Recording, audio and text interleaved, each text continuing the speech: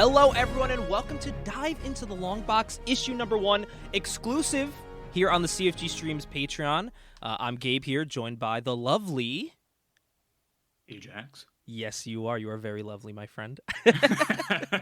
Where we talk about the gosh darn comic books, man. The physical stuff, the digital stuff, the television stuff, the movie stuff, everything. If it has to do with comics, we'll most likely cover it here. Down to the little minuscule things like how people look in these books, to wider things like how we feel about the universes and how we feel about things like that for Marvel and DC and whatnot. It's a large, what is the word I'm thinking of?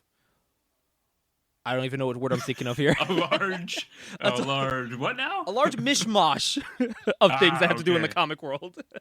But yeah, we look at comic books, movies, if there's any news that's newsworthy. I just don't want to I don't want to date the shows by talking about news. You know what I mean? Because I feel like these are once a month. So by the time it comes out, it's like if you sell a magazine nowadays, it's going to be outdated by the time it comes out. Of course. So I kind of want to focus on topics and whatnot mostly across the comic spectrum. These will be coming out twice a month technically. There'll be a main issue, which is what you're listening to now if you're on Patreon. And there will be a one-shot, it's called. What that is it covers a single topic away from our usual issues. So, for example, we're talking about a certain amount of things on this episode, like what we're into with comics, our favorite 90s comic designs. When you listen to the one-shots, it'll be something completely different and unique for people to listen to for free as a little tester, a little preview of what's to come, if that makes sense. That makes sense, right? I'm on board. I'm on board. Alrighty, so, Ajax, are you still there?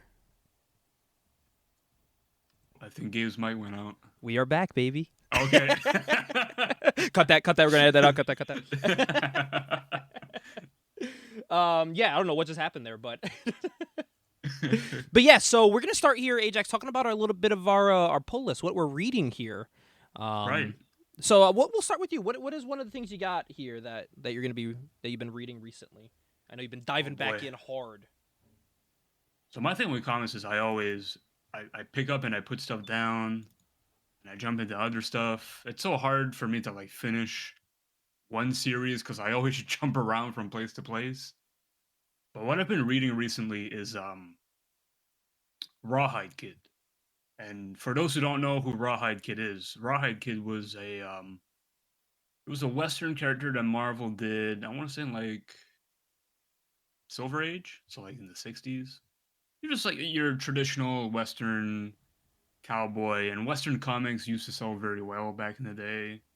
But when Marvel brought him back in the 2000s, they brought him back under Marvel Max. Oh. And for those who don't know, Marvel Max is Marvel's mature imprint.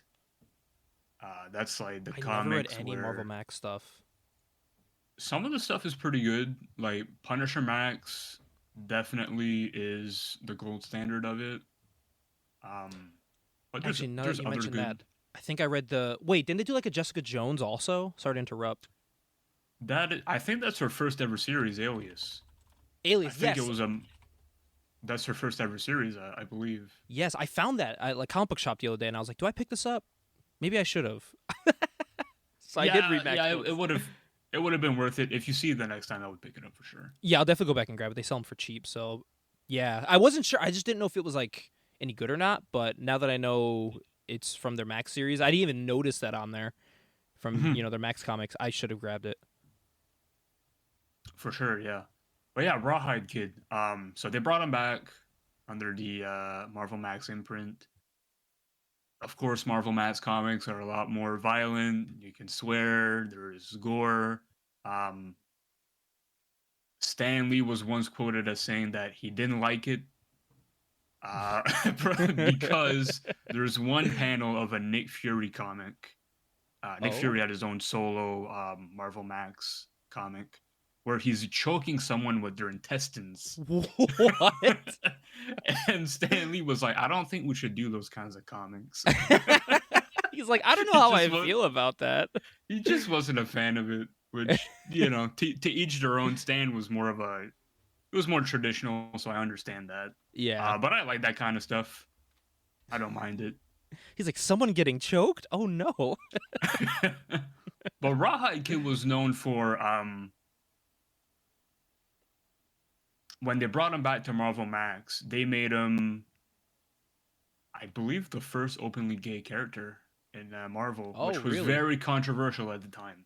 Because what year was This it? is Like still 2002, 2003, maybe? Yeah, so this is early 2000s, so it's still kind of taboo, like It's not as commonplace as it is nowadays. as yeah, nowadays it's whatever, but back in the early 2000s it's a little taboo to like do that. But it made Rawhide Kid different cuz before that he was just like your typical western, cowboy, but now he had something associated to him where he was the first openly gay character in Marvel. So it Yeah. kind of made him unique in that way. Well, think about it. I think it's crazy. Like even as recent as like when DC made Alan Scott, remember when they announced he was gay? And like Yeah, I it do remember it that. it like took over the news cycle. Like it was talking about like on like Entertainment Tonight and stuff, and I was like, whoa, like this is making mainstream news. Like I think like the Washington Post talked about it, and I think that was only like 2012, I think 2011. It was very like early 2010, so it's crazy how far we've come as just like a society in general too. That what I mean, that it's still like a big deal when a superhero is, but it's not as like, oh my god, what? It's not what's the word? I'm trying to think. It's not tabloid material. Taboo. Yeah, yeah. It's not tabloid material anymore. It's very commonplace, which is cool. It's not front page like, "Ooh, can you believe he's gay?" It's like, "Oh, who cares?" Yeah, He's yeah. gay. Who Does the cares? book suck? Yeah, that's that's that's what matters now. I don't care. Does yeah, the book suck? Is it good or that's not? what matters. And they kind of did the same thing when Jonathan Kent, Superman's son, when they Hmm. announced he was bisexual. That was Yeah, like a big deal. and that was very But I recent. I think was picking up those books monthly when that happened. yeah, but I think that was more so a big deal because of that's Superman's son Hmm. in a way. Not Yeah, so much that he's gay, but just so much like, oh man, like Superman's son is like front and center. yeah. Though, and what sucks More about that so. book is that the story is not good anymore. Uh, I I jumped think out about a couple. I think like I dropped out around like issue 8 or 9. I don't know. I just if I could even remember why I did, I'd let you know. But it's just like the story did not make sense anymore for me at the time. you can Not correct me not if I'm because of not wrong. because of him being gay, just the story itself. Yeah. It Oh, just of course. it I was out of it. And even people like will have that same thing. They like there's this website I'm on called League of Comic Geeks where you review books and you add them to your pull list. It's a good way to keep track of your stuff. And every time there's a new issue, everyone's like, "Well, the cover's cool." That's about it. Like the cover's pretty sick. I'm hoping it gets better, but who knows? I th- I think the thing is that I think Bendis writes that, right? I Like all the believe so. Superman stuff. Yes. Here, let me take a look. So here's the problem. Bendis hasn't done anything good in like the past 10 years. I'm just pulling it up here now. Like he had an amazing run with Marvel in the 2000s. Everything he touched in Marvel, like he created Jessica Jones, Yep. um, that amazing run on Ultimate Spider-Man, which is, if it's not my favorite Spider-Man run of all time, is pretty fucking close to it. Um, I'm trying to think what else he did. New Avengers, which that's so good as well. I'm trying to It, see. Tom Taylor wrote Tom this. Taylor, okay. Also, oh well, some of his stuff may be not the best, but he's written in the Injustice game series, like the storyline for that. X-Men The Red. Injustice comics aren't bad actually. Yeah, this one it looks. I don't know if it's the games or the comics he wrote. But But it might. the comics are good. Yeah. Oh no, it is the comics. So he did write the comics. Yeah, He's written issues of Nightwing, Suicide Squad. So he's written stuff that's good. I don't know. Maybe this just isn't it. yeah, maybe. The thing is, I find is that Superman and the Superman family are hard characters to write. Yeah. It's not everyone that can grasp them really. Um, like someone like Grant Morrison, who writes the weirdest shit you'll ever read in comic books, but yet had an amazing grasp on what Superman was. If you ever read All Star Superman, Oh, I love Also Superman. I read it through and through, issue by issue. I have I that's one of the first things I completed digitally because I'm more of a. I know you're like a digital yeah, reader. me I'm too. more of a Yeah. physical. But this was one that like I wanted to read it like now, and I didn't want to wait and find it, so I read it on DC's app that used to be their streaming service, but now it's just like a resource for comics. Um, Oh yeah. they have every DC book on there you could think of. I read through that entire series. It's so good. It's to the point I'm like, why haven't they just made a movie of this? Like, just give us this if you're gonna like, I don't know. Granted, it's a good end to a Superman story, not the beginning of one, but who knows? We might get one down the line. But I think if they were to write like an ending of Superman story, you go with All Star Superman. So they've made an animated movie of All Star They Superman, did. but They did. they haven't made a live action movie. Yeah. Sorry, I was meaning live action, like a live action Yeah, movie. Yeah. but that's where the money really would be, is doing a live action version of that story. Hell yeah. Hell yeah. Well, one thing that I've been reading recently, for any, I know we're fans of them here. For anybody who also listens to Cartoonist Kayfabe, they covered these on their channel. These tiny little books. They're called Superpowers Mini Comic Collection. It's by Trident Studios. It's a website, or not a website. They're on Etsy. You guys know Etsy, where you can buy custom-made stuff. What they did is they documented. I don't know if you guys ever bought those Superpower action figures that DC put out. Way back in the day, they would come with these little comic books, and what they did was they took every single book and like collected it into one tiny little mini comic you could put in your pocket, which is pretty cool. So I said, hey, why stop there? It looks like they made a bunch of stuff. So they made another one of the Secret Origins, which is just like the early tellings of some of our favorite superheroes, like Superman, Batman, Wonder Woman, Green Lantern, The Flash, Aquaman, and Hawkman. Very quick, like 4-page, 5-page stories of like who they are or how they came to be. Like the Batman one's funny, like the robber. I mean, it's not funny. His parents get killed, but the robber, like, he shoots his parents, and Batman's like, "You killed my parents." You know, back in the days, like, it was all about exposition in the text. So they're all like, "You Oh, of killed my course. parents. How could you harm me like this and ruin my life?" And the guy just looks at Batman. He goes, "Stop looking at me, kid," and then he runs away. It just leaves him there to cry. I was like, "What the fuck has happened?" So they sold those, and then they had this another thing, weirdly. DC superheroes mini comic collection, more of them, but these were sold in like cereal boxes back in the day. Really? Yeah, and again, it's just little short stories made for those, and these are all made for the Superhouse figures, made for the cereal boxes. Just a couple page little things for people to read, like kids to read back in the day. Back in when did these come out? 1979, 1980, and 1981. And what they did is they just collected it, and so you have them here in these tiny little, like if you like, I'm showing Ajax here on video. You guys can't see it, but it's like the size of my hand. It's very small. Well, my hands are pretty big, but but it's a small size. You can put it in your pocket. You can take it to work on your lunch to read. They're really cool. So I thought, why not stop? Why stop at one and get their whole collection of things? I'm a big fan of retro things like that. So scoop that bad boy up. You know I had to.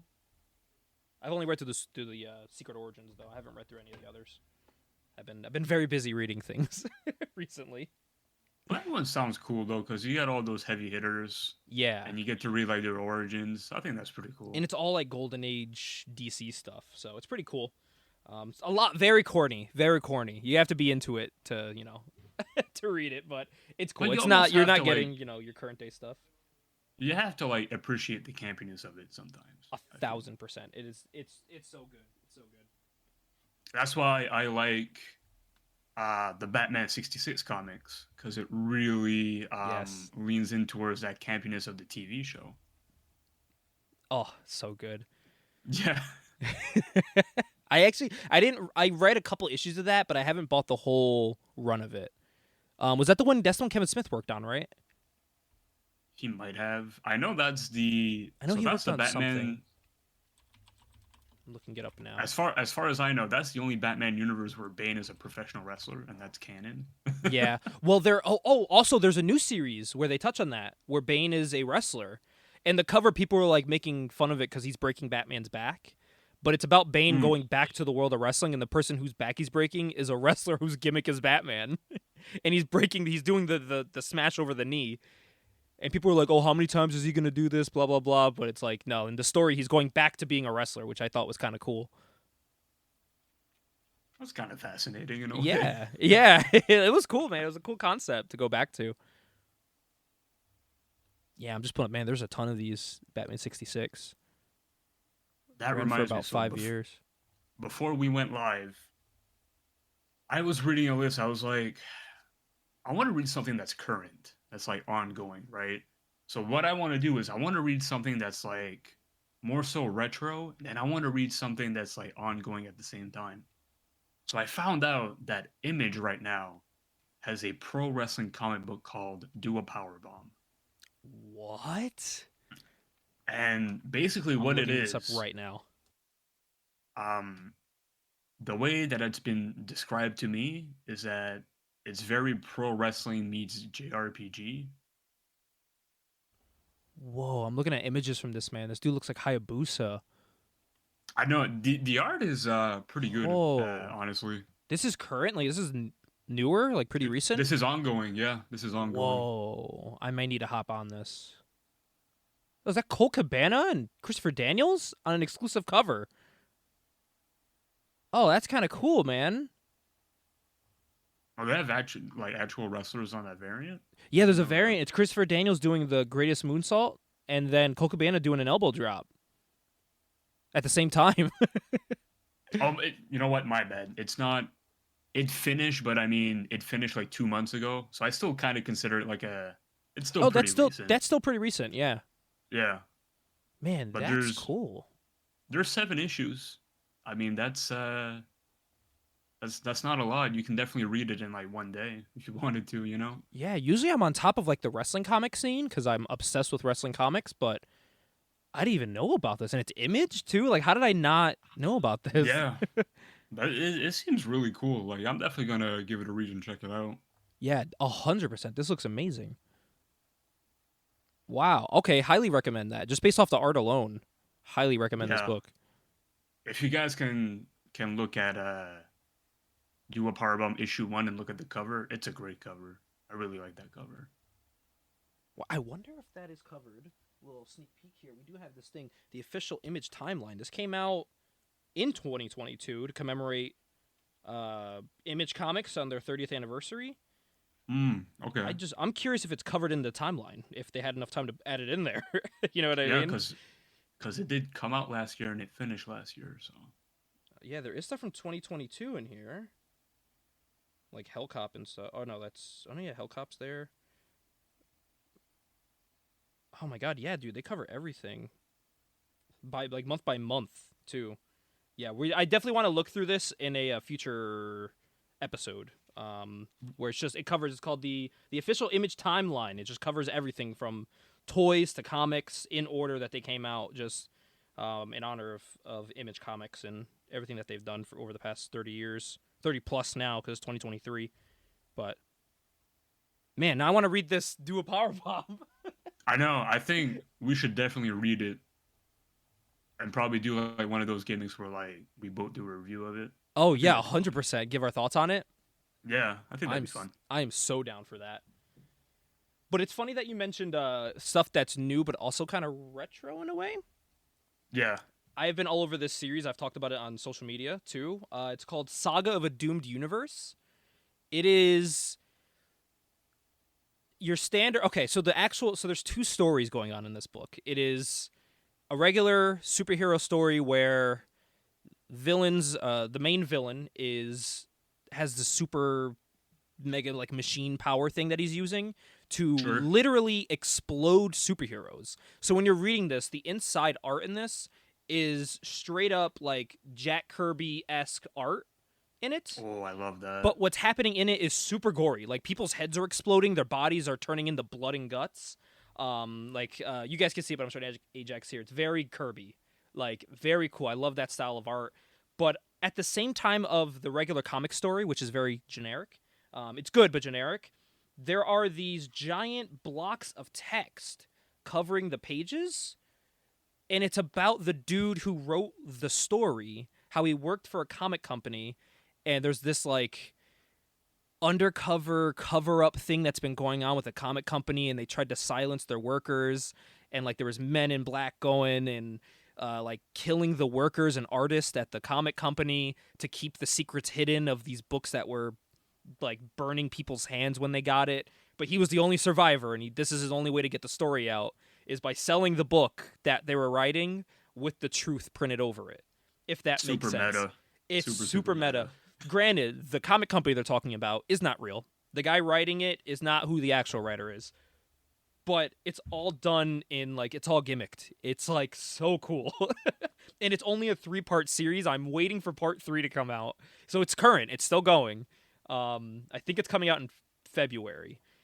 Because we're, heads up, we're recording this, the 1st of February. Maybe next month when we do this, I'll have that one in hand and I can give a review of how that went. But it is just super meta and super cool because I wasn't expecting that. I just saw the cover, I saw the art look like Kirby art, and I saw people exploding in Kirby art, like the goriness of like a Image comic. And I'm like, you know what? I'm gonna pick that up. That's pretty cool.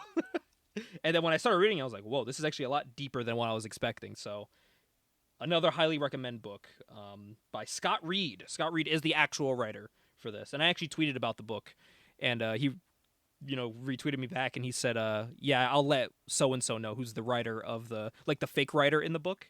He's like, I'll let him know you like the book. But yeah, pretty cool, man. Pretty cool. And like, it shows like the time frame of it. Like, you could definitely tell it's like, it takes place in like the 70s or 80s because the first panel on this is New York City and it's the Twin Towers. So this is definitely like, it sets the time frame immediately. This is obviously 2001, and the way everyone's dressed, it's straight up, what you loved from those 80s and 70s Jack Kirby books mixed. That's pretty ballsy to draw the Twin Towers. Mm-hmm. That's pretty ballsy. Yeah. So, and that's the only thing they show of it. There's nothing like bad that happens to him. It's just it's a good way to set the time frame so you know like where you are in that world, which is pretty cool. I'm not saying you shouldn't draw the Twin Towers. I'm just saying it's funny to see it because it's gotten such a bad rep of like, oh, well, you shouldn't draw the Twin Towers after what happened. Yeah. And it's like, why can't you draw it, but like in a tasteful way where like nothing happens to it? Exactly. It's always been my thing. Especially if it's a good way to like set the time frame. Like when did the Boys come out? 2006. 2006, because one of the panels in that is of New York and the Twin Towers are in the book. So I was like, I remember I was reading it and I'm like, is this supposed to take place before they got hit, or is it like a different world where the superheroes stopped that? You know what I mean? Like where Vaught's heroes stopped that. They don't really describe it. They just show them for a second and you're like, oh, and then they just move on. So it's like, huh. I know after 9/11, when Joe Quesada was editor-in-chief at Marvel, they had done, I think it was a series of like where like Marvel heroes would try to like pick up the pieces after like what happened to 9/11. Yeah, it was called I think it was just called Heroes. It might have been something like that. Because I think I had that. I think my dad had it. And it like well, there was different things. I know there was like a Spider-Man book that came out where he was like watching it happen and he couldn't stop it. And then there was another one where it was just like drawings of like heroes helping out with like first responders and stuff, and them like saluting first responders and calling them heroes and all that. So I'm not too sure. Are you talking about like the book, like the picture book, or the actual? I don't know if there was like an actual comic. I don't know if there was an actual comic, but I just remember hearing that it might have just been a picture book. So yeah, okay, so it might have been the heroes, which is that because that did get really popular. I think Marvel and DC did it, but Marvel's was more successful. Like it was more known. Cause I think DC's was a lot of like they would Photoshop art over some images, but Marvel was like drawing completely new images, which was kind of cool. And it was all out there to like honor the real heroes, which was sweet. Of course, and I mean, anytime you draw actual original art rather than like photoshopping it, it's gonna look better. Exactly. But was there anything else you've been reading recently? Um, dare I say, I've already read it, but I started reading Watchmen again, Ah, of course, because fun fact: I've never read Watchmen. I know, you definitely should. I think you'd really enjoy it. and I own it. I just haven't. I don't know why I haven't. I just haven't yet. Here, here's my thing with Watchmen, right? So you know how there's like certain wrestling matches you'd show to someone that you think might get them into wrestling. Watchmen Hmm. is the comic where like if you know nothing about comic books, I think you can read Watchmen and really enjoy it, even if you Yeah, don't like comic books. I think so. I think I've heard a lot of people. My brother told me the same thing when he read Watchmen. So I think that's kind of like a general consensus about that book. But I could say that about just about anything that Alan Moore has done. Like you could read Alan Moore's Swamp Thing, you could probably get Hmm. into it. Which is You could getting read its Alan own horror Moore's, movie, which I'm looking forward to that. I think that'll be fun. directed by Craven, Yeah, I think which that'll be is fun. it's gonna be crazy. You could read Um, Alan Moore's Superman. I think you'd really enjoy that. I think Alan another Moore book even too. had Oh, he sorry. even had an amazing run on Supreme, and Supreme Yes, was a character that Rob Liefeld created back when he used to work for Image. Supreme is basically like a palette swap of like Superman. yep. He originally started out as like a his gimmick was well he's Superman but he's Superman that kills. That was kind of like his gimmick in the beginning. Which has And become a Alan very Moore took commonplace. yeah like even Zack Snyder saw that he was like oh man I should do Yeah, like that. that, and then like the boys took from that. Also with Homelander. Yeah, for sure. But the boy it's different with the boys because like they actually do it in a way that makes it interesting. Rob, Yeah, as much as a lot of people hate Rob Liefeld, I don't hate Rob. I kind of have more so like I'm more so neutral on him. Like there's some things that Rob does that I really like. Then there's some things that Rob does where I'm like, well, that just sucks. yeah. It's not. So It's not hit after hit after hit. There's a lot of hits, but it's not. There are some yeah, stinkers in there, which is fine.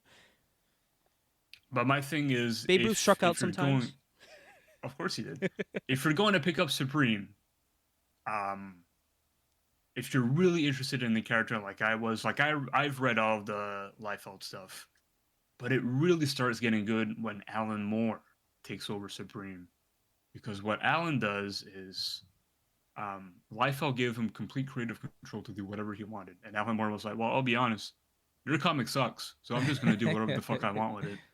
And what Moore did is he basically made Supreme into a Silver Age Superman. That is That's so basically cool. what he did. So Kid Supreme, for example, which was like the Superboy, uh, clone more or less. Well, he really made him into Superboy, and he really made Supreme into Superman, and he really made Suprema into Supergirl. But in a way, it worked because he's paying tribute to those characters, and I think Alan Moore really regretted the fact that um, not the fact that Watchmen was so successful, but the fact that Watchmen was perceived as like a deconstruction of comic books, and that Alan Moore like hated comic Hmm. books or hated traditional superhero stories.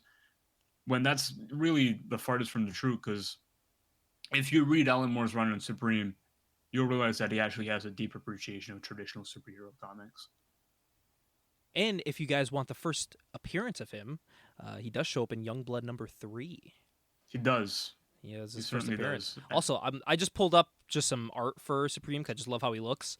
Man, the Alex Ross painting of him is It's amazing. amazing.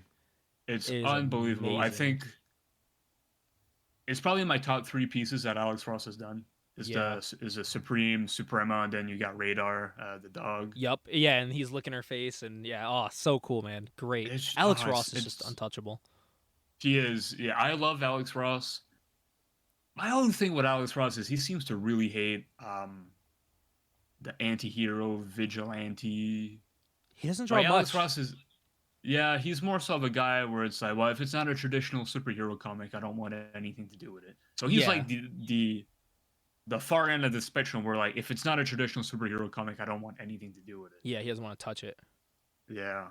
Which sucks because I would love to see him man, I'd love to see him do like a like a Punisher comic or um, I don't know, something just so off the It wall that looks you wouldn't so expect cool. Alex Ross to do. Yeah. He could draw a really cool Punisher if he tried. Oh, he could.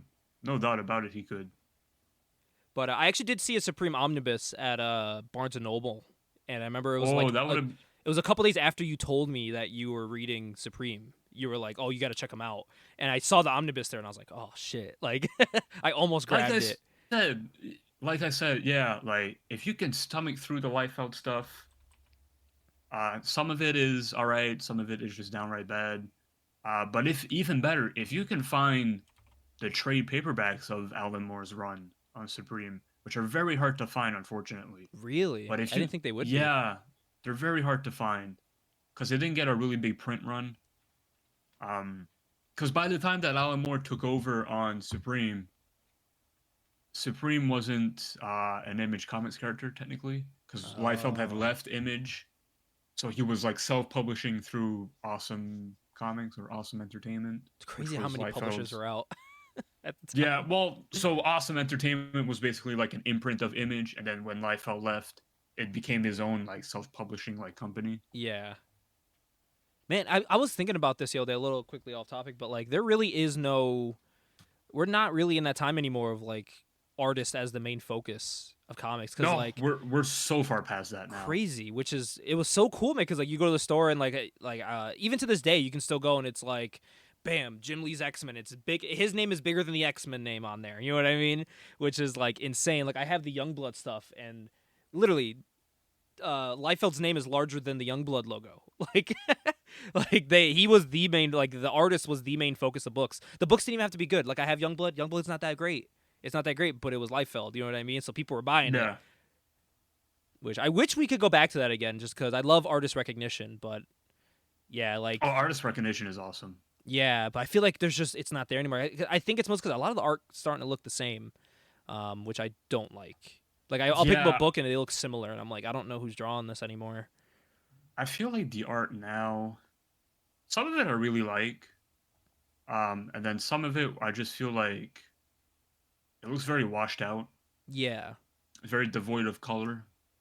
Well, that's I why don't know what it is. I have the last things I was reading. There's just quick shots that have to do with this. That's why I'm bringing this up.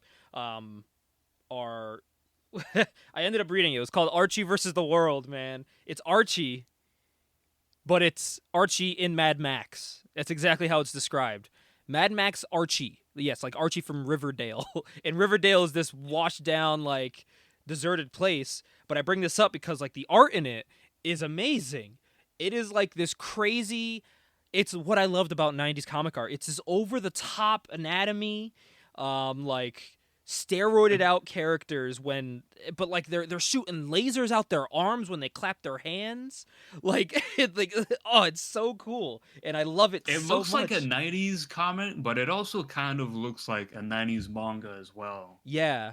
It's like if they took Street Fighter, like there's an image in here that looks just like Akuma, but it's fucking Archie hulking out with like this fire energy that he has. But it's crazy. And he splits a dude in half with his flames that he shoots out of his hands. It's so over the top, but what drew me to it was the art. Because I wasn't gonna get it. So like the concept's goofy, but I think that's what makes it great, is like the concept's over the top and goofy, but the art's even better. It's it looks very like indie comic inside. If you gave, which nowadays indie comics look like professional comics, but it looks like an indie 90s comic, which is pretty awesome with modern day coloring. Like I love it. It's just so great, and it's like that with these other books I have here too, like the Jim Rugg Hulk Grand Designed, just amazing, amazing. Great stuff. Great stuff, Really great stuff. great stuff. And then this one here, this Avengers War of Cross Time. It's about the Avengers fighting Kang, the Conqueror, and it's just all about Golden Age. Like what you see on the cover is how it looks on the inside. It's this really cool early 90s late 80s Avengers art with the OG Avengers team. So I love unique art. If I'm buying a book, it's because it has unique art and or a good story. If it looks like other books, I'm buying it for the story. But even if the story's not good and I love the art in the inside, I'm gonna pick it up because I'm an artist, so I love seeing all that stuff. And I love That's a getting some big inspiration. reason. That's a big reason why, like, so we're big fans of like 90s comics. but Yes. not everyone is, which I understand because there's a lot of shit that came out in the 90s, understandably so. But there's also a lot of good stuff that came out in the 90s. And what I liked about the 90s is it was so ambitious. Mm-hmm. The art was so ambitious. And I feel like a lot of that is missing now in comic books, is Yeah. that ambitious art. 100%. Yeah, I feel like everyone's kind of following like a status quo, and I feel like the reason for that too is a lot of the I know a lot of the artists now are like underpaid, so I feel like a lot of them are just doing what they need to get that paycheck. Which is not faulting them at all. You know, I'd be doing the same thing if I'm working for Marvel and they're not paying me what I should be. Because a lot of these artists in the '90s were getting paid good money to put out their stuff. Like guys like Jim Yeah, dude. Lee and all this, and Tom McFarlane were getting paid good money to do what they wanted to do, to the point where they could branch off from companies and create their own, which is how Image started. So I feel like it's not like that anymore. Everyone kind of blends into the other, which is kind of upsetting. There's not a lot of. I feel like I open up a book. There's not a lot of heart in it nowadays, Yeah. and I think that goes into what you said earlier about the colors just kind of splotching together. It's just, I don't know. There's not. I think the colorfulness of those '90s books really draw me into it. The reason why I'm buying a lot of '90s books again to get back into them, because the colors are beautiful. The art is just, while it is over the top, it's great. It's great to look at. Some of the stories aren't great. Like I said, Youngblood stories okay, but the art and the team designs are phenomenal. They're really Yeah, cool looking. what makes me tolerate young blood, I should say, is I like the premise of it. I like Yeah. the idea of it. I like that because Rob was really the first guy to like take superheroes and be like, well, what if superheroes were treated like celebrities? Which Yep. had never really been done in comics, from what I understand, up until that point. And ever since Rob has done that, everyone's kind of taken Rob's idea and done it better. But Rob was the first Set the guy to ground. do it. So 100%. But I think that's a good transition into two things. First one is, obviously we talk a lot about '90s comics, and we will be going forward. We're big '90s comics fans. So we'll start with you. What is your history with comics? Like, what got you into them? Is it like any family members or things like that got you into it? so from what I remember, I was a really big Spider-Man kid. So I was huge into Spider, obsessed with him. Um, but the thing is, I think by the time I got into Spider-Man, so I was really big into the animated show, Oh, so the good, '90s animated show. so good. But you have to understand, I'm born in '96. By the time '99 rolls around, I'm 4, and I think the show had been off the no, not off the air. It had been finished, I think, in '98, but they were still doing like reruns. Yep. I think that's how the timeline works. But I was still I was watching the show very diligently as if like it was a new show, because like I didn't know, right? Dude, those reruns were going until like the mid 2000s, because I remember watching reruns, and I was born in '97, a year later, Right. and Hmm. it was either that or Spider-Man 2099 that was always on, or what was it, Spider-Man Unlimited? It was called, I think it was, which Unlimited, it was which basically 2099. a lot of people hate. Uh I think it's okay for what it Yeah, is. I've seen it. I don't hate it. there's a lot But worse. yeah, you can definitely do a lot worse. Like the Ultimate Spider-Man cartoon, which I do not like. Yeah, I'm that's like not a fan of it. renowned. A lot of people hate that. I'm not a fan of it. I wish if you're gonna do a cartoon called Ultimate Spider-Man, why not just fucking do Ultimate Spider-Man? Why not Exactly. just like get Bendis to write it and do all that shit? You know what I mean? What Like I just go all in. and what I strongly disliked about Ultimate Spider-Man was, like, he didn't look like Ultimate Spider-Man. Like, he It was the didn't. Spider-Man they No. designed. He was kind of bulky. He was like, I don't know. The closest they got was the hair. They did the Ultimate Spider-Man hair, but it's like, dude, if you look at those books, he was so scrawny and skinny, but like I was about to say, deceptively. But like, of course, he's super strong. But if you're gonna draw Ultimate Spider-Man, you draw those weird, wonky proportions. That's how it should be done. yeah, like Mark Bagley really drew him. I mean, at least Peter, when he was out of his costume, he drew him like he was a teenager, Yeah. like actually a teenager. And then when he puts on the suit, he's really fit and slender. Yeah. He doesn't really have big hulking muscles. No, he had You can that tell he's skinny in neck, shape. skinny arms, but then when he was a civilian, he had like the baggy clothes, so he which blended in well. which very of the time, Yep. but Those 2000s, that's but how hey man, I used to dress like that. of course we all did. Even as kids, we dressed like that. But I'm about to bring it that's back. what I liked, is that Ultimate Spider-Man was very of the time. It was very current. Mm-hmm. That's what I like so much about Ultimate Spider-Man, which the cartoon wasn't like that at all. No. See, I was like similar, man. I was always watching the cartoons because, of course, my dad was into comics before I was born. I have his long box of books back there that I was actually sorting through the other day to see what I can do to complete a collection I'm starting.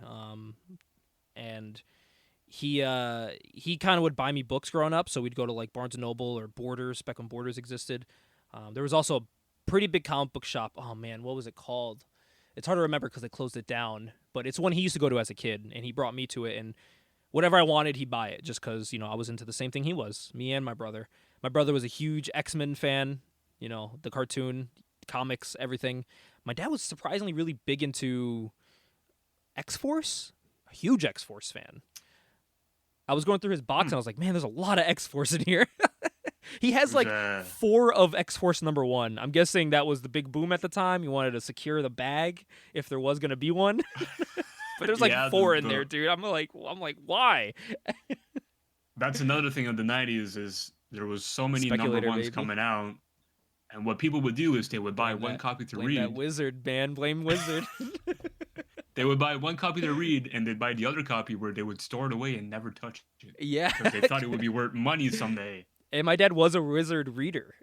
So like he was reading this like, oh man, like they're saying this #1's gonna explode. Let me load up on this, not knowing that everyone reading this same magazine was saying, oh, let me load up on this. It's gonna sell, and it never did. It was kind of like sports trading cards in the 90s as well, where people would just buy them at mass. And it's like, well, the reason why they're worthless is because they printed so much of it. I think that's what's gonna happen with trading cards nowadays. Because trading cards are so expensive now, I feel like they're going to slow down and not be worth anything in the near future. We're seeing that. I figured that was already like a collector's market now, trading cards. Yeah, I mean, I think I'm not big into it, so I'm not too sure. But I think like it depends also like what you're collecting for cards. Like, man, I'm collecting Jim Lee cards, Jim Lee art cards from '92 or '93, his Impel cards, and those are really cheap to buy. When they weren't cheap a couple years ago, they were pretty expensive to get a couple years ago, but now they're not. You can get okay. Yeah, but now they're really common because no one wants them anymore. But I'm also like trying to get on the trend before something happens, especially because I know X-Men's gonna get an MCU movie soon, so it's gonna start popping off eventually. So I'm like, I have these X-Men collection things I'm trying to complete before then, whether it's comics or cards, before like the boom happens in X-Men again. Oh man, yeah.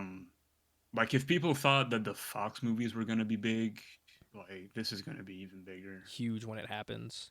But like the budget is gonna be like double, maybe triple of what the Fox budget was. And it's gonna be better. Like I love the Fox movies for the time, like what they were. But I think if the MCU does it, I think it'll be superb if it's done right. I've always said to this day, I'll argue this to the day I die, X-Men should not be a movie, it should be a TV show. I think it definitely should be a TV show because there's so many memorable story arcs. So many story arcs, so many characters that you have to include. You have to create these relationships with these characters. I was telling my brother, if you were to do any movie of any character, I think one, because I know Marvel likes to branch out and do like obscure character movies. If you're going to do, I think one that'll really attach to people is Jubilee. And I feel like she'd be a good introductory point like she was in the cartoon. I like she was Jubilee. The main focus.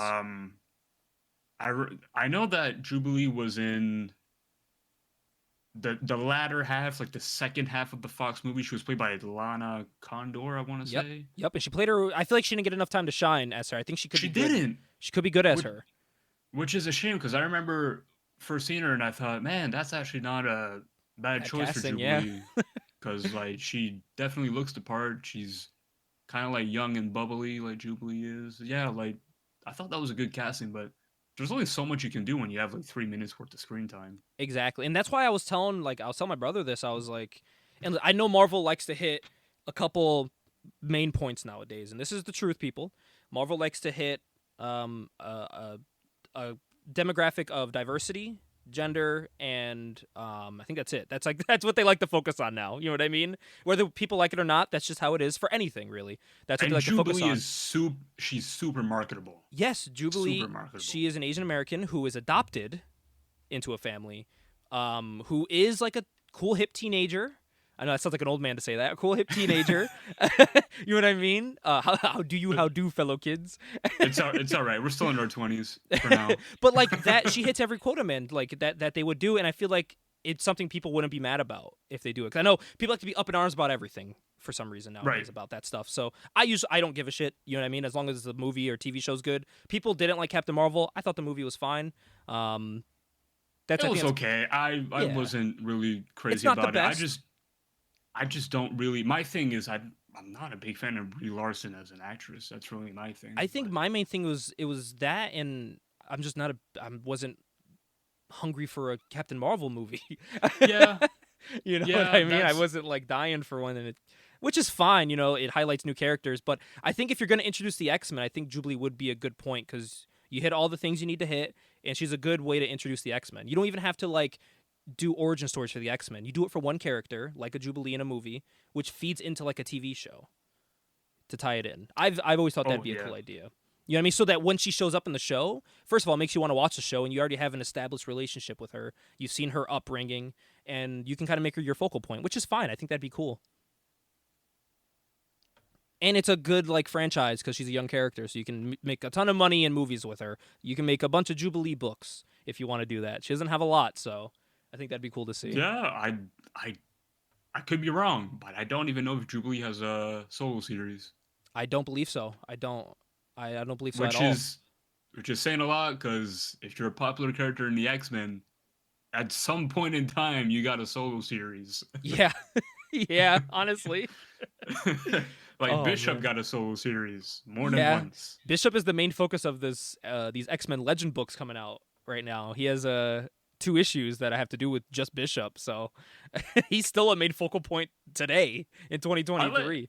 I like Bishop. I think he's a cool character.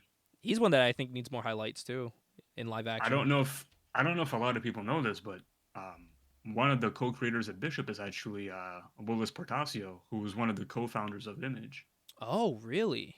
But the thing is, people don't really remember Portacio as a co-founder of Image because like a couple of months after, he pretty much had to leave because his sister was terminally ill with cancer. I want to say that's horrible. Yeah. It's a shame because Portacio's a great artist. I don't feel like he really has gotten a lot of credit.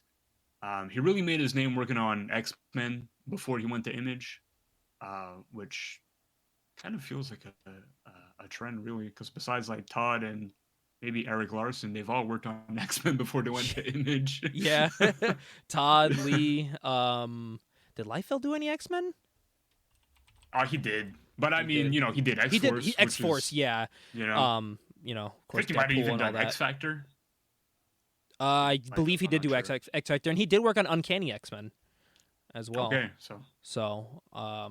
yeah, I mostly know him from X-Force. Obviously, and Shatterstar and Deadpool. How can I forget Mark Silvestri worked a lot on X-Men as well, and he's one of the co-founders of Image. Yep, and also, how could we forget Liefeld's Captain America? His big, bulky Captain America. I'm glad that never got. I'm glad that never. Well, that never got published in a comic book. That was just a sketch that he did. Yeah, that almost made it into a comic book.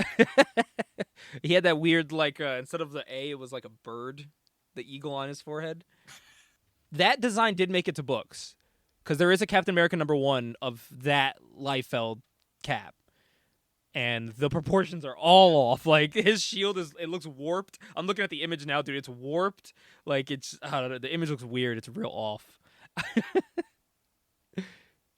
But yeah, dude. Glad that. But he did have some better images of that design, so which is fine. I just think that's such a great meme for him. Oh, it is. Yeah, it's right up there with like I remember Liefeld was talking about how like when he does like Comic Cons and stuff like that, people bring pouches for him to sign because he's so synonymous with pouches. It's great. Oh man, I see like people like correcting the design, which is pretty cool. But yeah, it's such a funny design. But while we're talking about '90s designs, I think we might as well jump right into this. Ajax, what is your top 5 favorite '90s comic designs? See, that's hard because like, are we going with redesigns? Yeah, we can include those. Like, if you want me to give my list to give like an idea. Sure. If you already have your list, go for it. All right, cool. We'll start, and they don't have to be in order. But number Yeah, of 5, course. one of my favorites to this day. I still buy all his merch if I can. Shatterstar. I love Shatterstar. He is the pinnacle. Okay. The pinnacle of Liefeld art, where it's the weird ponytail coming out, that headpiece he drew on all his people after he left Marvel, with the big ass swords. I thought he was so cool. That white suit.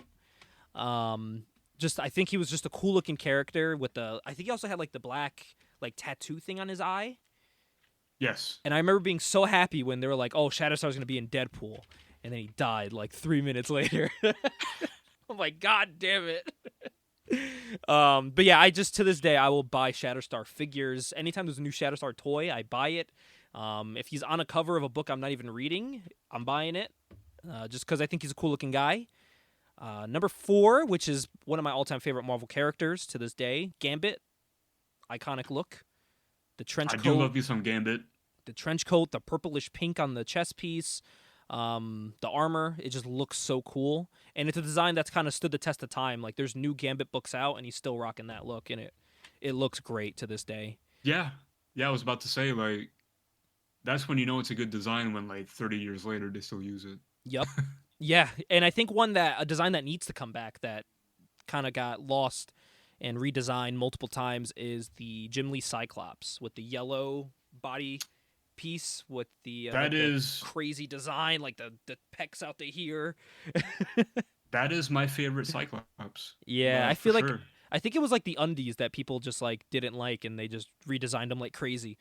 The yellow undies, but I think that was cool. I think if they were to do any, I'm happy that the '90s cartoon is coming back and everyone has these designs still. So, but then the one next on the list is Omega Red. I just think he's a cool looking character. Another guy that stood the test of time. He still looks the same way he did back in like what 93, 92. He looks the same. And he's one that's been redesigned multiple times, but it's been very close to the original design, with that blondish orange hair, the white, just a Snow White face with the red armor on. It was a cool contrast of colors. And the top one, the last one on my list, number 1, is Nate Gray. For you people who have read not X-Men, the X-Man comics, Age of Apocalypse. Nate Gray is one that he does not look the same anymore. Sadly, he now has like long hair and a beard and all this stuff, but he kind of looks like Jesus now, which makes sense because his character was kind of like the second coming of Christ, but a mutant. Like he could just do anything. Whenever you see him pop up in a panel, it's a Jesus Christ pose by Soundgarden that plays in the background. Yeah. He's like if Senshi had really straight long hair and a long beard and was really jacked. Like that's what he looks like now. I kind of see it if Senshi had some gray in his beard a little bit. Yeah. But it's his '90s design I love, with the blue jacket, the yellow like bars on the jacket, with the short like that '90s heartthrob hair that he had, with the white in it. I just thought that was a really cool look. Very for its time, though. I feel like if a book came out with a guy looking like that now, I don't think it'll do well. Which, I don't know. I feel like the '90s design for things is making a comeback, but it's very to the time for his character. Very of the time, for sure. And for you wrestling fans that watch wrestling, Johnny Gargano loves doing his comic book stuff, and he did a Nate Gray gear for a wrestling show. He did. I saw it on Twitter. I did not know that. And I got very excited. I was like, oh my God, Nate Gray representation in wrestling? Like, of all characters to do. He had the jacket with the yellow bars and everything. It was very cool. And I got real excited about that. So I guess I'm not alone in liking that Nate Gray design. But are there any, what are your top 5, even if you have some of the same people? I don't know actually if I have any of the same, which I think will make the list more interesting. Okay, okay, yeah. What are they? And well, it'll make it more interesting in a way because like it's not always the same. You know what I mean? Um, I think the first one that I have to give a shout out to is Superboy. Okay, 90s Superboy with the sunglasses, the leather the jacket. kind of like the undercut haircut, Yep. and the leather jacket. I think that's a really cool look. Because Superboy for a long time was basically just a palette swap of Superman, like younger Superman, really. Yep. But then when they brought him back, I think they brought him back for Death of Superman, was it? Yeah. I think that was it. But the new look, anyways, I thought, wow, like he looks cool. He looks like kind of looks like a professional wrestler in a way, just like with the sunglasses and the leather Yeah. jacket And that and looks actually made the a hair done comeback. up. He's actually back to dressing like that recently. Is he? Okay. Yeah, his hair is still like an undercut 'cause that's very modern now, but it like is like Of a course. mohawk type thing. Oh, see, If that's I'm cool. if I'm I like correct, that. but he Hmm. still has the leather jacket and the glasses and all that. I think I'm trying to remember off the top of my head. I could probably pull up an image of it, but I remember seeing it like 2 days ago at the comic book store, and I was like, whoa. Who else? I really like 90s Storm with the white hair and the white suit. Oh, okay, yeah, the white suit. I wasn't sure because I know there was a It's couple different ones. but it's I mean it's white hair, white suit, but it's almost got like a purple-ish tint to it. But I think it looks really cool. Uh, Storm probably had the best redesign of the Jim Lee era, I feel. Yeah, and for people that watch Cyclops the is '90s close. cartoon, that's the one she rocks in the cartoon, the white one. Yeah, Cyclops is close, but I feel like Storm had the best redesign. I just think white hair looks cool. Yeah. On just about any comic book character, I think it looks cool, but especially if you draw it in a way where it's like, flowing in the wind type of. Yup. I just think it looks cool, and Storm has like white eyes as it is, so it just goes great. Yeah, and I think that because a lot of people like the black one, I was just more fond of the white suit. The black suit was literally the same thing, just in black, but I just feel like the white one popped more with her. It definitely did pop more, and I mean the black suit is cool too. Yeah, it's literally the Um, same thing, just color swapped. But I don't know, there's something about that white. It's just so cool. yeah, I don't know, just white on white just looks good. I don't know Hmm. what it is. I It wasn't a just fan of the pops. bikini gear, I wasn't crazy about that either. Yeah, no, it just but felt very 90s. yeah, yeah, was definitely, was yeah, her like, original well, design. so oh, we got to draw her sexy. Yeah, We have to put her in a bikini or whatever. I man, feel that's like how it that. was. I feel like that works for. So here comes my next one, Witchblade. Yes. I think Witchblade. I think that works for Witchblade, where you kind of draw her kind of like really sexy. Um, I think the reason why that works, or it did work at the time, is because of Michael Turner. Like he was Hmm. just so good. Michael Turner was so good at drawing women that just look like sex symbols. He is one that I struggle with drawing women, and whenever I draw one for any of the books I'm working on, I have to pull up some of his art, not to steal it, but like just to see how he's drawing the eyes, because like there's something about like the way he draws like those big like they're not like well it depends the character, but I know like his Supergirl had like larger eyes than like Witchblade, um, Hmm. but granted a lot of his women did look the same, but it's kind of like man if it looks good like why not draw it a million times, you know? But at the same point is a lot of comic artists have that like do that like Yeah. if you look at an Alex Ross painting and you look at his the faces kind of all look similar. Yep. Like if you put Superman and Batman side by side, Batman kind of looks like just Superman with a mask I on literally if it's an and Alex Ross painting. And the Supreme one we were looking at, it's literally just Superman in a different suit. It looks exactly Yeah, like Superman. but the thing with Alex is I feel like he also sometimes I feel like he bases those faces on himself, Hmm. on his own face. I feel like Yeah. he photo references himself onto like comic book characters. But yeah, dude, Michael Turner though, like rest in peace, Michael Turner. Such amazing art that he would do. His some iconic attires too. Like again, that Supergirl. Just whenever I think Supergirl, I think of Michael Turner art. Always, of course, Witchblade, very popular in the '90s and 2000s. Even got a movie, not a good movie, but it got a movie. Did it get a movie? It did. It got a movie. Here, let's see I if I can- remember. So Witchblade had a TV show that was on TNT. Let's see. Here we go. It was a TV movie, Witchblade. Okay, so that From was the that was the pilot to see if TNT wanted to pick up the series, which they did. yep, That's what it was. yep, made for television live superhero film adapted from the cult comic, from 2000, starring. Is this who Yancey played Butler. it? Yancey Butler. Yeah. So not too bad of a casting. Facially looks like Witchblade, if you were to She does. pluck Yeah. her from the comics. So not bad of a casting. Yeah, and it's a shame because that was a good show. The problem is that the rumor is that the reason why it got canceled is because Yancey Butler checked into rehab for alcohol. I guess she Oh, was an alcoholic at the time. And I guess I don't know, maybe TNT just didn't want to have that publicity of like, we have someone who's an alcoholic on one of our top rated shows. Because that was the thing. Witchblade was probably like a top 3, top 5 rated show on TNT. yeah. It did very well. And it just got canceled. Who owns Which- Witchblade now? Like the rights to the character. I think it's still Silvestri. I think it's Still still Mark Silvestri? Silvestri. Oh, so it's not owned by like an entity like Marvel or anything like that? No, Witchblade is an Image comic. Oh, okay. Yes, it was. Yes, it was. I keep forgetting Top Cow was associated with Image.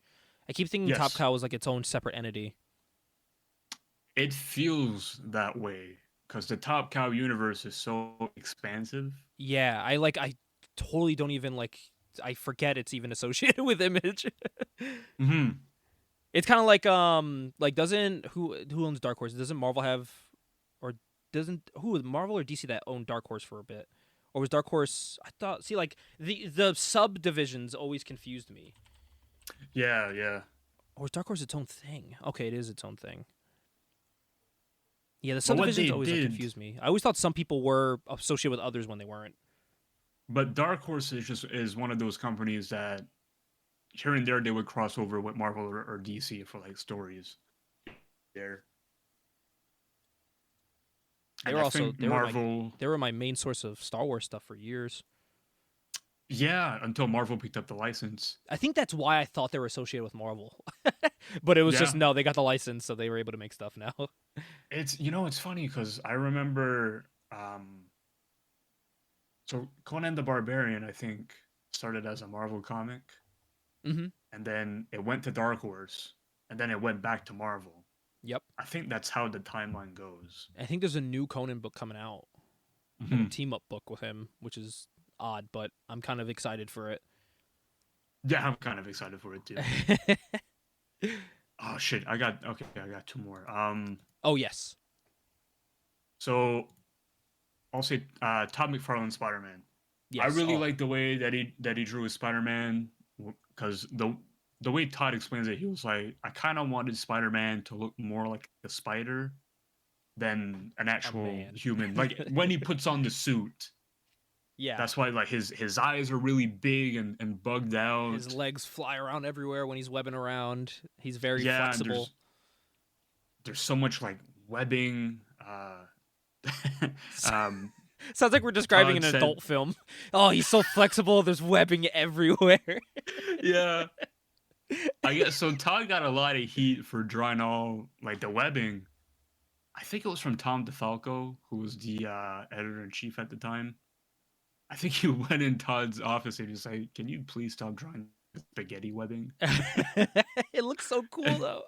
And Todd's like, "Oh, spaghetti webbing. I have a name for it now. That's cool." Hey, thanks for the name. I'm gonna keep drawing this page here. And that's Draw some basically more what webbing. He did. That's basically what he did. He kept like drawing like more and more webbing to it. Yeah, I own 2 variant covers of that McFarlane Spider-Man, where he's kneeling, where he's kind of crouched over, that iconic cover that everyone thinks of when you think McFarlane Spider-Man. And I got it. One's in like silver, and the other one's all like in color. No matter how much you look at it, it just looks so cool with the webs all around him and stuff. Very cool Oh, design. the His silver eyes were foil variant, yes, right? yep, Yeah. Okay. yep. Yeah. But even like down to like his head shape and stuff, it was like very ovalish. Like he was very slim but like jacked. I think he nailed the Spider-Man look perfectly. He did. Absolutely, he did. I think it's probably. I don't know if it's my favorite. It's up there because I still really like classic traditional Steve Ditko Spider-Man. Yeah. Um, my top three would like for Spider-Man designs, in no particular order: McFarlane, Ditko, probably Mark Bagley, like for Well, Ultimate okay. Spider-Man. I would probably be like my top three. And for the toy collectors out there too, just announced recently they're making a McFarlane Spider-Man is Hasbro. And he's got like the cool looking eyes, like the slimness to it, and I'm like so pumped for that to come out. And it has the I McFarlane might, art on it, and I'm like, I might have to get that. I'm like, I damn, might. dude. They sold one back in the day, with Toy Biz for people that follow figures, and it looks straight out of the books. Like the shadowing was like it looks like you're holding a comic book Spider-Man, but the new one just looks cleaner. It looks a lot sleeker. It does, yeah. So, but yeah. Sorry, I didn't mean to interrupt. I just thought I'm real excited for that. I'm trying to pick that bad boy Oh up. no, it's all good. I'm excited for it too. Oh man. But I think you had what, one more? Yeah, I'm trying to think who I want for my last spot. Because so far I've said Marvel. Um, right, I said Marvel. I said DC. I said Image. And as you guys can Hmm. see, there's a very big trend with our 90s. It's it's that Image team designs. those uh Oh, those, those top 3 Image designers, Lee, Liefeld, and McFarlane. That's taken over this list. But McFarlane how and can they Lee not? If you're especially. talking about the 90s, like come on now. They were the Yeah, guys. McFarlane and Lee especially. Like Yeah. were so great even today. Yeah. Like Todd will put up a sketch of whoever, and I'm like, Dude, wow, I still watch Jim Lee's. He streams on Twitch like every other day, drawing. He was drawing the Flash on a shoe the other day, and I was just like, yeah, I gotta watch this. It's it's just cool seeing him fascinating, work. right? Yeah, he did like a speed sketch. He was like, all right, I have to draw Grifter in like 10 minutes. And it just was like, for a second, you're like, what is he drawing? And like 2 minutes later, you're like, oh my god, that's a whole person he's drawing. Like, what? Like, how is he doing this? Granted, it's a character he's drawn for years, but it's like, how are you doing this? It's so good. It just blows my, especially like as someone that's trying to like get good at art. It's like, all right, I gotta like study what he's doing to see how he's doing it, but then it's like I don't know how he's doing it. It's just like magic when they're doing this art.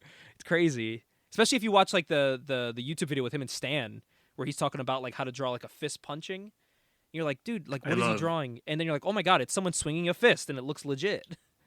I love that. We have to shout that out. So if you guys can seek it out, because it's all on YouTube, look up Comic Book Greats, and it's a Hmm. series that Stan Lee did in like the early midish '90s, where he would have like comic book artists and writers, and basically they would show what their writing technique was, what their drawing technique was, what their process was to like create characters, uh, how to format a panel. Like there's just Hmm. so much fascinating stuff and great information. If you ever want to like try and doing your own comic book, definitely watch those It was something I videos needed because to they're great. watch before putting my Yeah, book together because I was like, I need to see how this is done. And it's broken down really well too. But I love when he's just like, yeah. So before I, get into my drawing, I'll just draw a quick sketch, just to get my hand going. He just casually draws like 2 guys fighting. He's like, all right, now I'm ready yeah. to draw. I'm like, dude, that would take me like 3 hours to draw. He drew it in like 5 seconds. Like how? Like what? Blows my mind. But for those guys, it's like That's it's their all they full do. time job. Yeah, that's Yeah. all they do. And I think my thing too is like I never went to like an art school, and a lot of these guys did, so they have like that anatomy down like that. Um, A lot of them did. some Liefeld didn't, but didn't. yeah, a lot of the guys were self-taught. but but yeah, have you So anything for that my number one last spot? one, yeah. This is almost a list like I could do like a top 10 on, because Hmm. there's so many '90s designs that I like. I don't have to go with Spawn Oh, really for my last spot because 100%. I'm a big Spawn guy.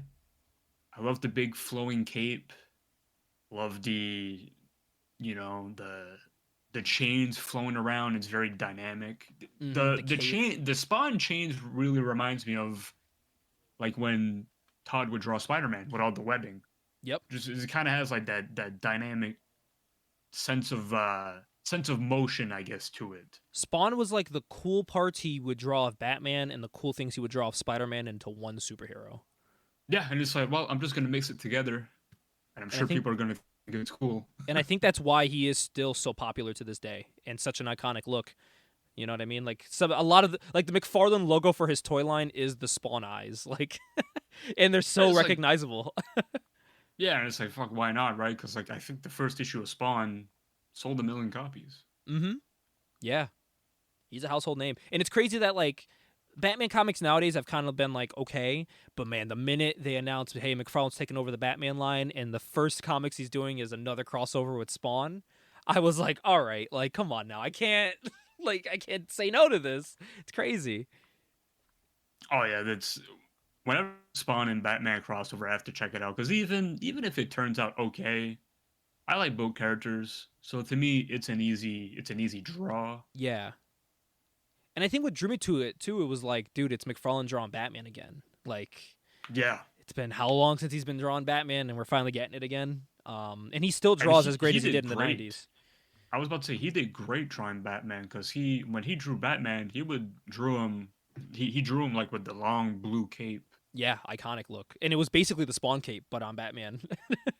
Yeah, it was really much like um it was like the Neil Adams Batman look, but he kind of made it like Todd kind of made it into his own with like the long cape.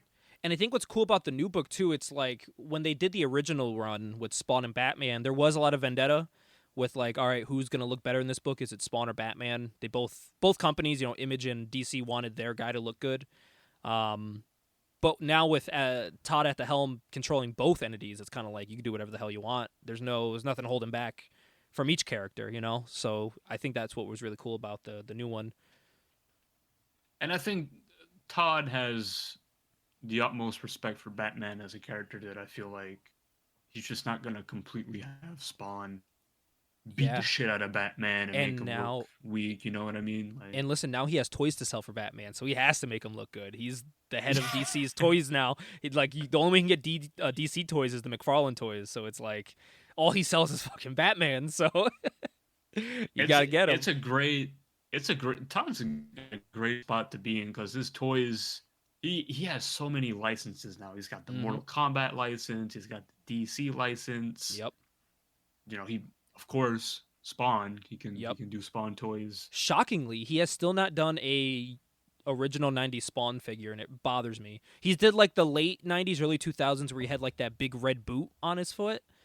Mm. He did that Spawn, but he hasn't done the OG look, and I'm still waiting for it. I'm like, come on, dude, you've been making these figures for how many years now? We need one. Come on, give us one Spawn of that '90s Right. look. Yeah. Like, come on. That's all I'm asking for.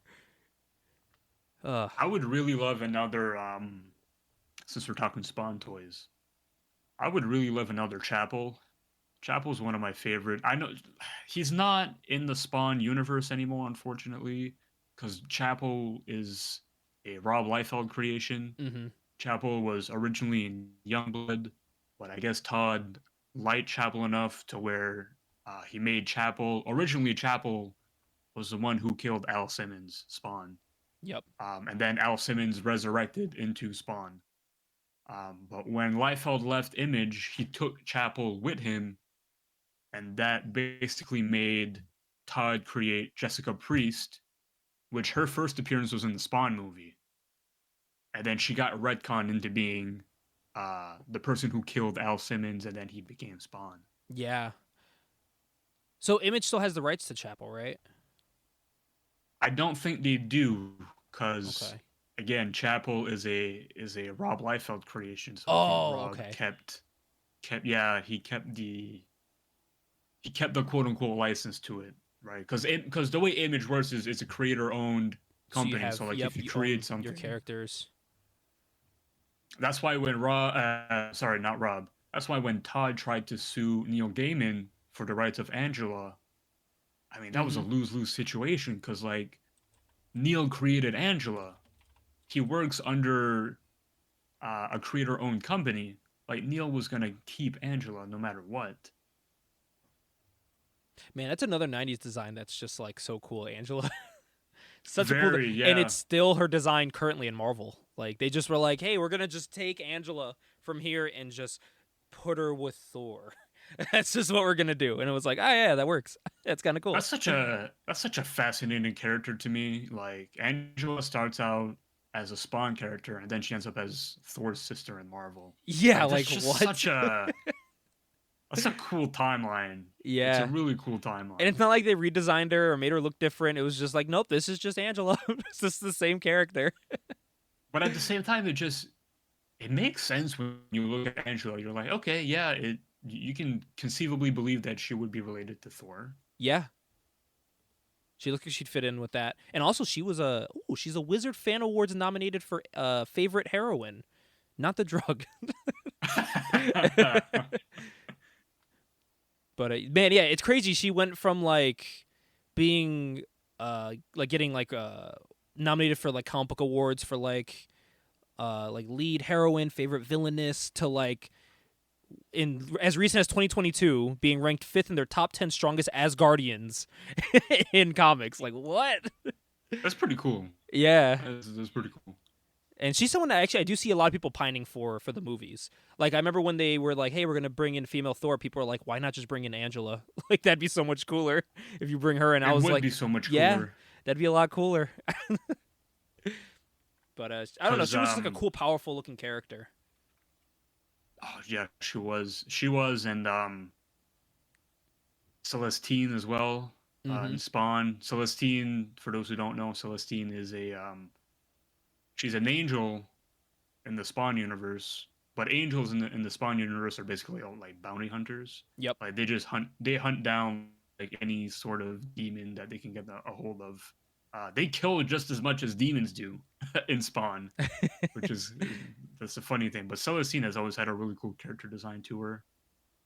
She kind of looks like Sindel from Mortal Kombat a little bit. Yeah, that was a She's very got common that look. design to her. Yeah, the Very long common look. white hair with like, I think she has like a like eye black kind of makeup, Mm-hmm.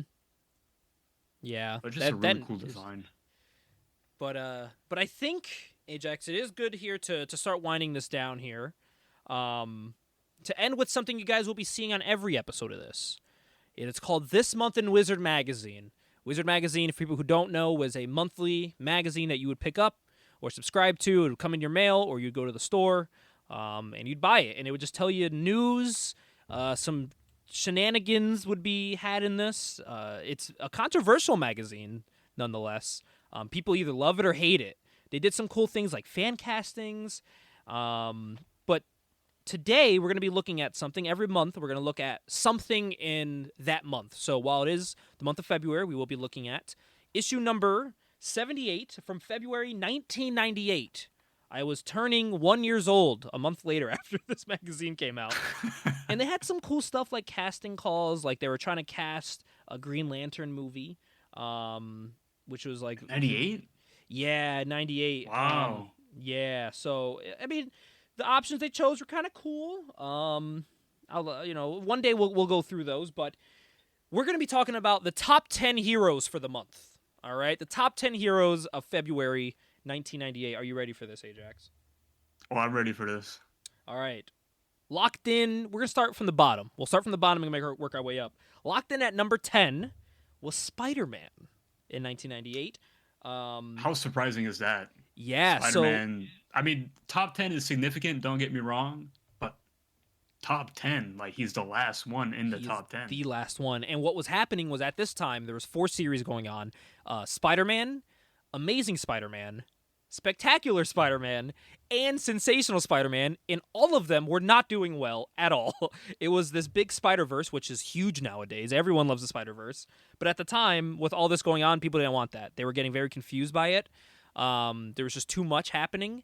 And I think that's very similar to 2023 in the comic book sense, where Spider-Man comics are being made, but no one's talking about them. They're kind of just there.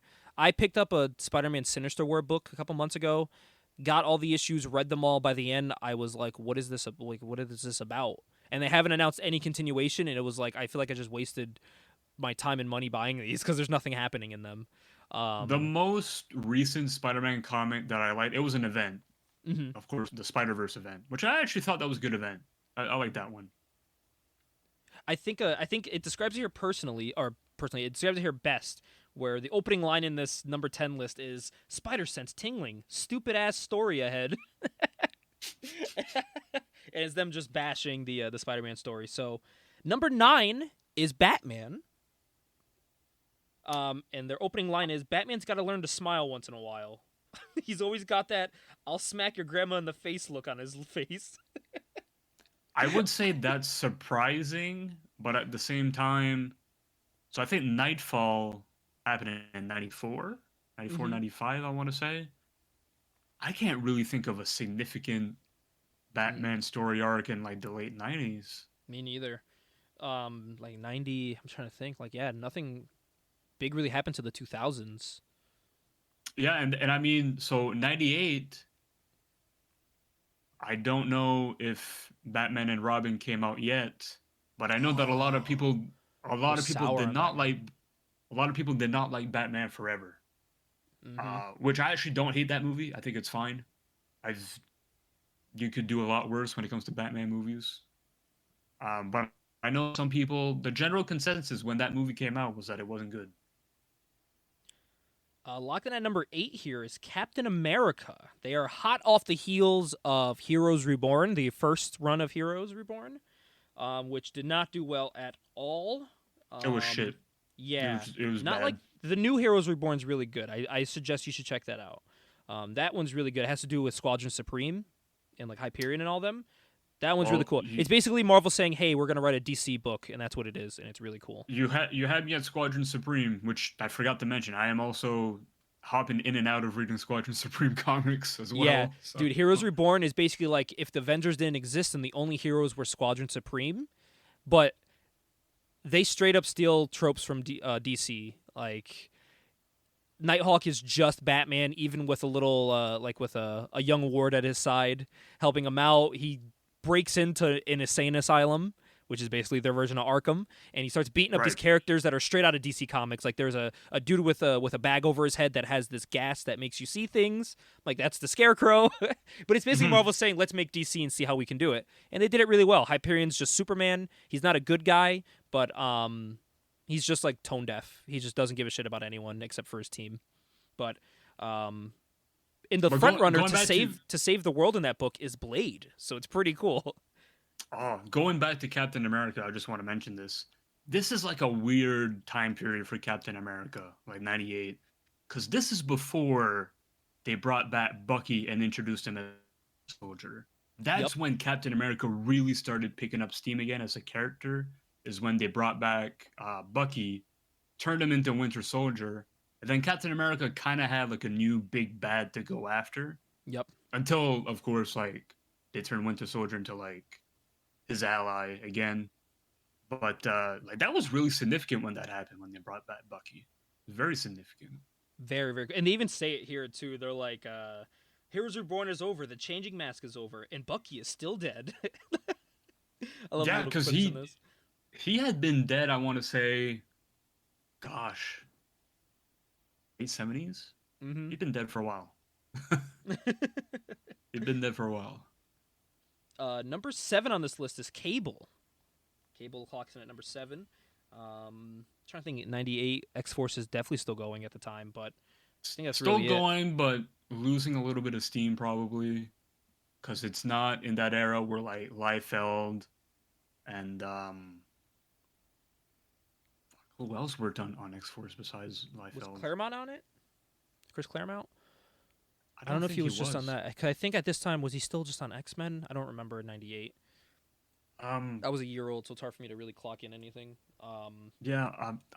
Liefeld also had for a while. He had a writer called Fabian Nikiseza. He's Argentinian. I don't know how to pronounce his last name, but I remember his first name is Fabian.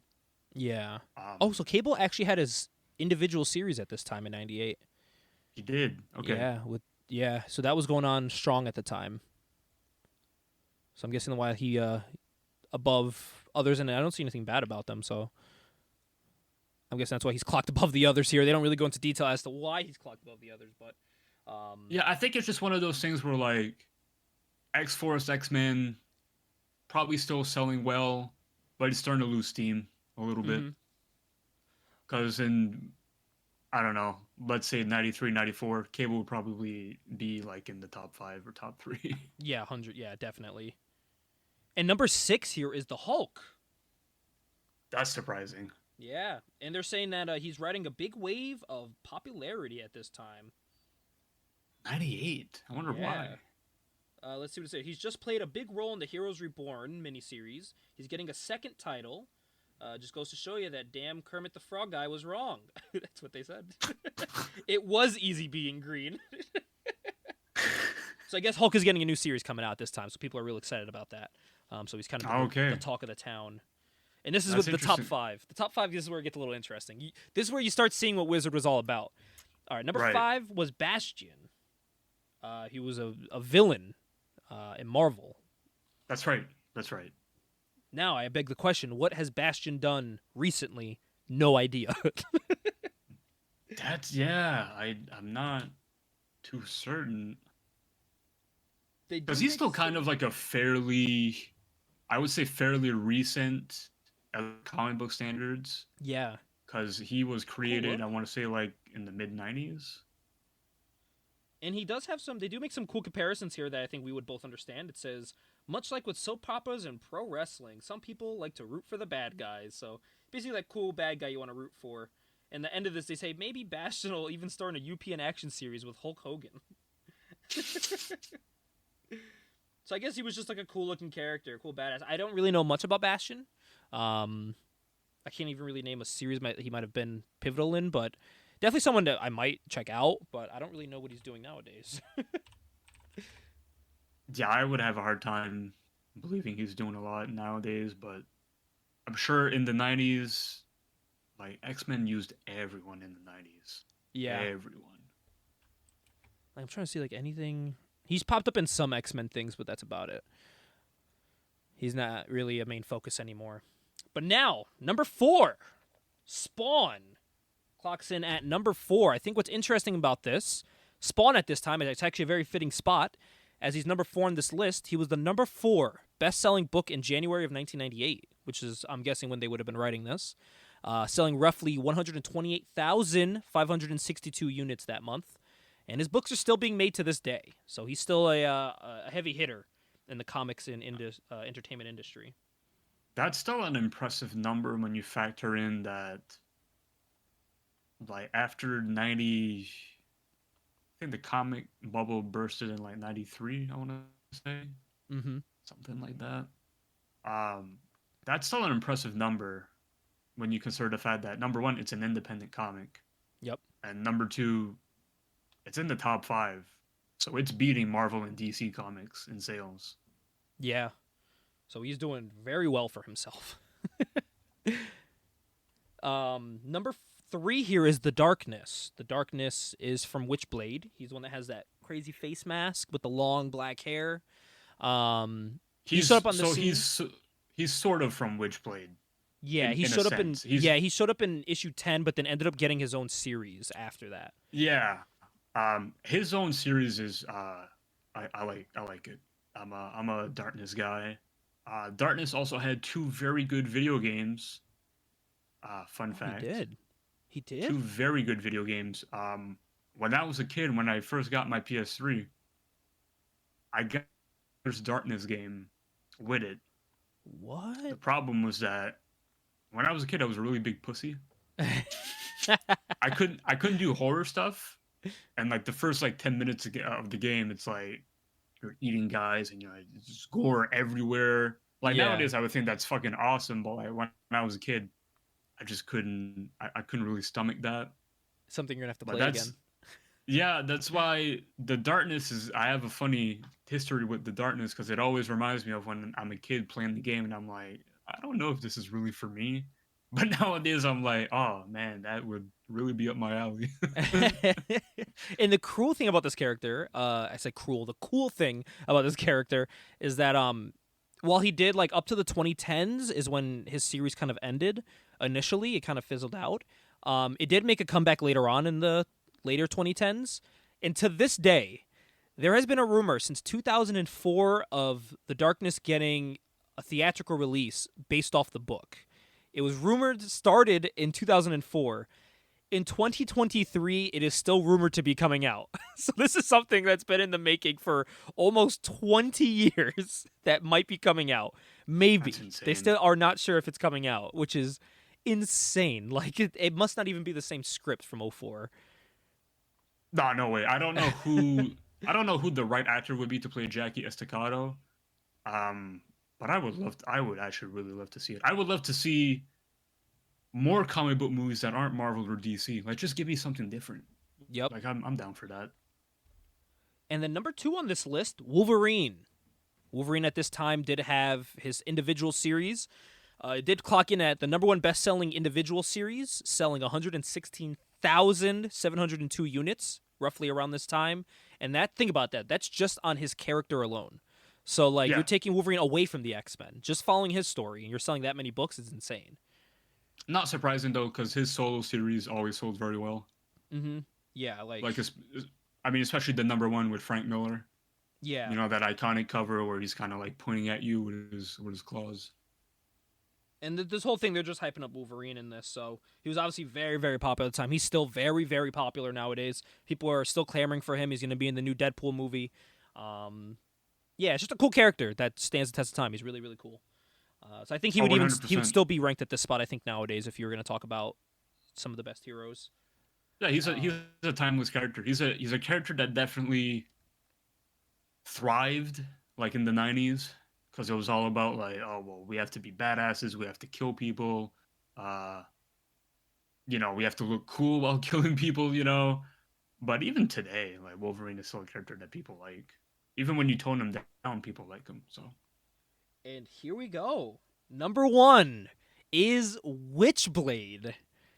The number 1 spot in 1998 goes to Witchblade. And their first word is, "Aw, ain't that cute." that one Oh. really surprises me. Like I know Witchblade was huge in the 90s, don't get me wrong. But think about that.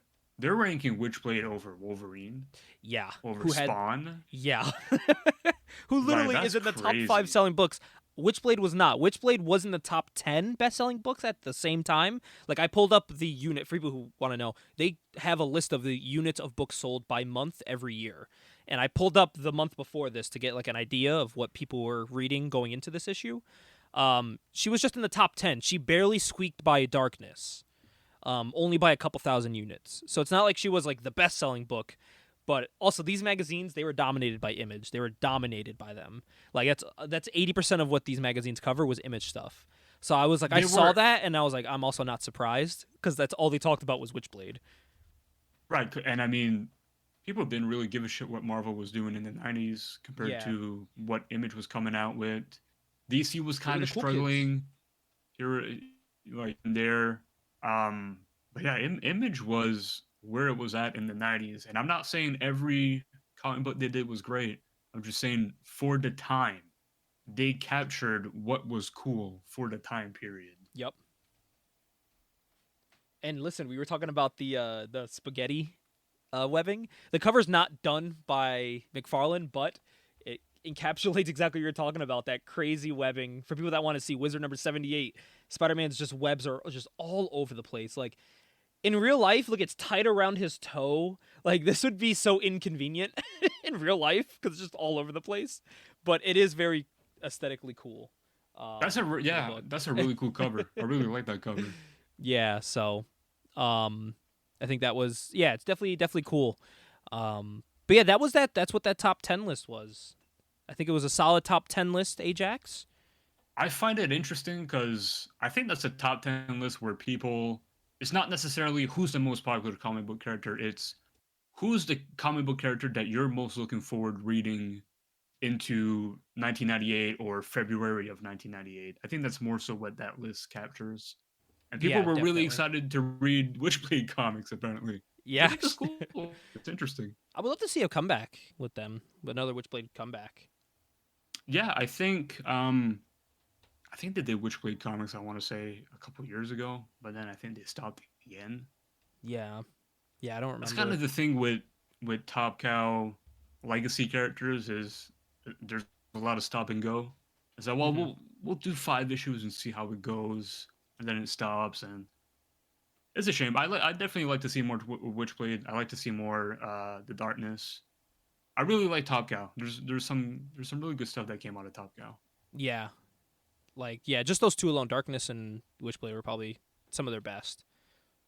And you know what's crazy about Top Cow is that at one point, Top Cow had the license to Tomb Raider, which had to be one of the hottest video game licenses to get at the time. And Top I remember Cow seeing got all the art for that, and it just looked like a Witchblade book, but with Lara Croft. Yeah, it was basically like, so let's draw, Lara Croft, but in like the Top Cow / Witchblade style. And she looked really cool, actually, I thought. Yeah, I loved how it looked. The aesthetic was perfect.